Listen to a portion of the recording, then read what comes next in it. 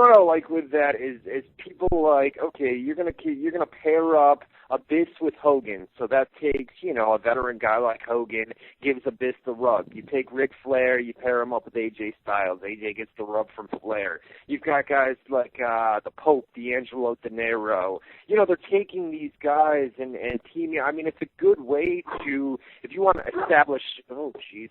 If you want to... we got Reggie going nuts over there? What do we got? The son of a bitch, man. It's going to get a fucking kick in the mouth if you just shut But, I mean, it's good to endorse them like that, but why do they have to do their best impression of the guy they're being mentored by? Why does Abyss have to do Hulk Hogan promos? Why does AJ Styles have to do Ric Flair promos? It's like, I'm sorry. My bad, dude. Were you scolding me or the dog? Which one? I'm scolding the dog, dude. He's going to get beat up here in a minute. Okay, but anyways. I was gonna say, if you can hold on 25 minutes, you'll have like 2 full minutes of a commercial to whoop his ass, bro. Yeah, I know. All right, so yeah, I understand what you're saying with you know, making AJ the next Flair, making Abyss the next Hogan. Yeah, I mean it's a little bit over the top, but I like the fact that they're teaming guys like that up and they're putting over some of the original TNA talent. You know what I mean? It's just not guys like.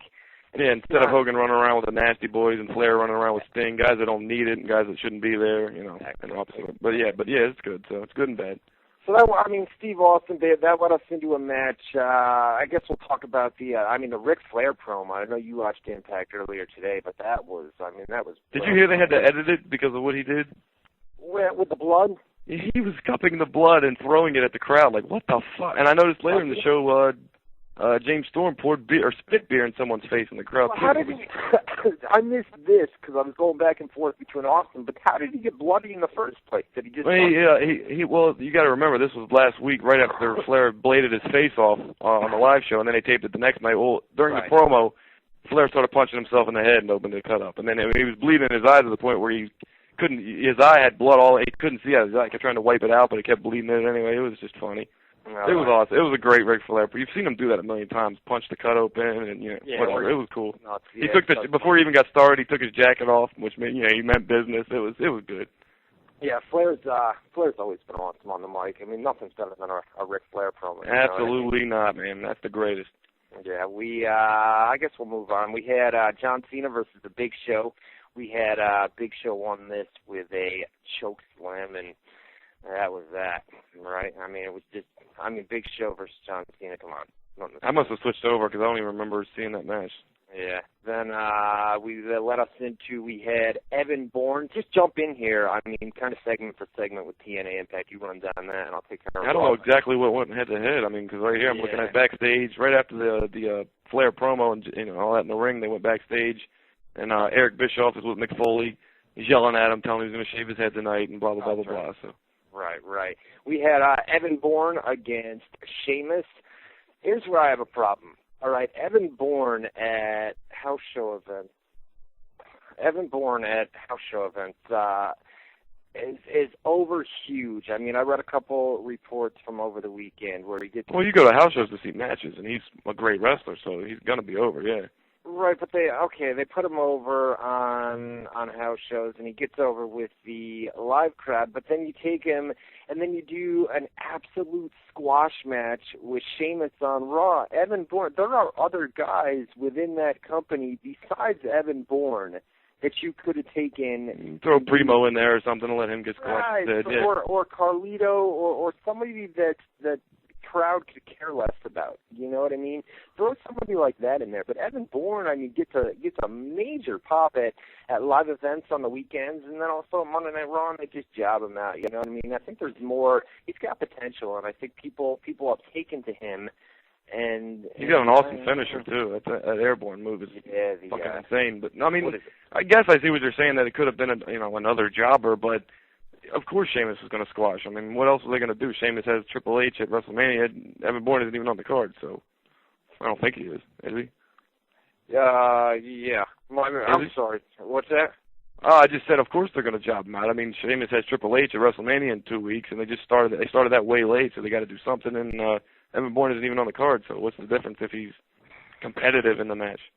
And and Sheamus cheap shot at him with the microphone anyway, so it wasn't like a complete domination. He had to cheat to do it or whatever, but What are you? Are you distracted over there? What the hell is going on? Let me just say this, dude. All right, I got somebody leaving the house right now.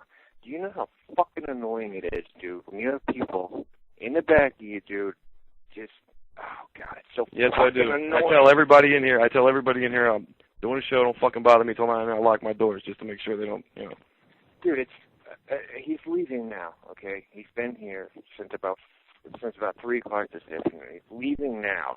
But the door opens, closes, opens, closing. It's just a fucking, oh, God. I'm assuming this is somebody that can whoop your ass. Otherwise, why are you whispering in your own house? Tell him to get the fuck out. I'd love to, dude. There he goes. Go on. See ya. Do like Martin Lawrence on the old show, man. Get to stepping. Tell his ass, bro. And it happens all the time. It's like Tuesday night. Everybody knows that I do a fucking radio show on Tuesday. Don't come over on Tuesday. Make sense? You know what I mean? Don't come over on Tuesday. Whatever, dude. All right, so now we're good. We're good to go. Nobody's here, dude. Everybody's gone. So back on track. We had we had a squash match. Evan Bourne and Sheamus. This was basically Triple H came out here, right? And no. Sheamus beat his ass and then cut a promo about Triple H. Right? And then he says, "And it was a good little promo too. I hate his accent, but it was a good little promo." Yeah, well, you know what else? He's over huge. I mean, it's a heel. He's over huge as one of the guys that people just hate. You know what I mean? It kind of stuck. I didn't think it would stick, but it kind of stuck. I mean, he doesn't have a title, and he still seems like a big deal as a heel or whatever. But as opposed to Kofi Kingston, the other guy that they started pushing around the same time. And where the hell's Kofi Kingston now? Yeah. Well, Kofi, I had heard that. Thanks, buddy. I had heard that Kofi was going to be in the Money in the Bank ladder match. Yeah, he was going to be the 10th guy or whatever, and then I guess they decided against doing 10. Yeah. I'm sorry, dude. You need to get back with us here, bro. I am fucking flustered, dude. It never ends. I had heard that Kofi Kingston was going to be in the Money in the Bank ladder match, and that was not the case. They may add a 10th guy tonight at the SmackDown tapings, but I'm not quite sure how they're going to go about that. But I had heard that Kofi was in line, but obviously they didn't do that with him being a Raw star. I think they're just going to go with. I think they're just going to go with the 9 guys now. I think, right? Well, Drew McIntyre was added on SmackDown this past Friday. Yeah, he's the 9th. I think that's all. I don't think they were going to add a 10th. I think they decided against it. I think. Yeah, well, I think they would have done it last night. I mean, Kofi Kingston was the favored one, and then they didn't do anything last night on Raw with him. So, they've got one more night, or they've got next week as well, but I don't think, obviously, they're not going to do it next week. They'll get that set in stone with 9 guys already, but I don't know. 9 just seems like it's an odd number. Weird number. You know what I mean? Yeah. So, who knows? We'll see what they do at SmackDown tonight. We had a backstage segment with Steve Austin was in his office, and Shawn Michaels was in there. This was good. Shawn basically wanted to know, does Austin think, if anybody, basically he's asked a lot of people, do you think I can beat The Undertaker? And Shawn said, if anybody would know, you would be the one to ask. And he asked him, do you think, I'll beat, whatever, dude, blah, blah, blah, blah. He says, do you think I can beat The Undertaker at WrestleMania? And Stone Cold said, hell yeah. But do I think you will? No. Yeah, that's what it was. And then we had Chris Jericho walked in, I believe, at one point during this.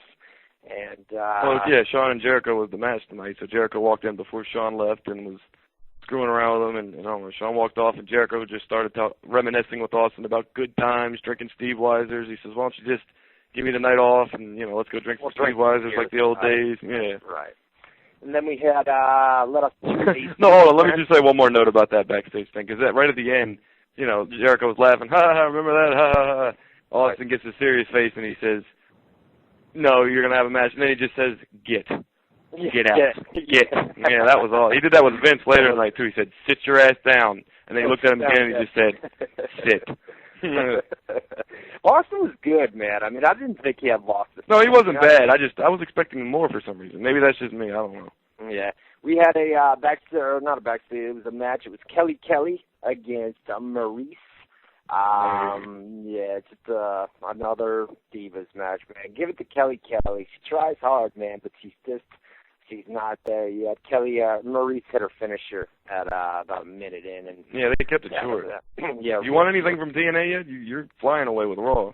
Yeah, do me a few TNA segments, and then we'll finish. All right, we left off with we talked about the AJ Flair stuff in the ring with Jeff Hardy came out during that, by the way, and said something like "creatures of the night," or just it was something retarded, but he had all the face paint on. Actually, TNA opened with the Hummer pulling up, and Hogan, Abyss, RVD, and Hardy all came out together. So that was kind of cool. Yeah, and then after the in-ring stuff, we talked about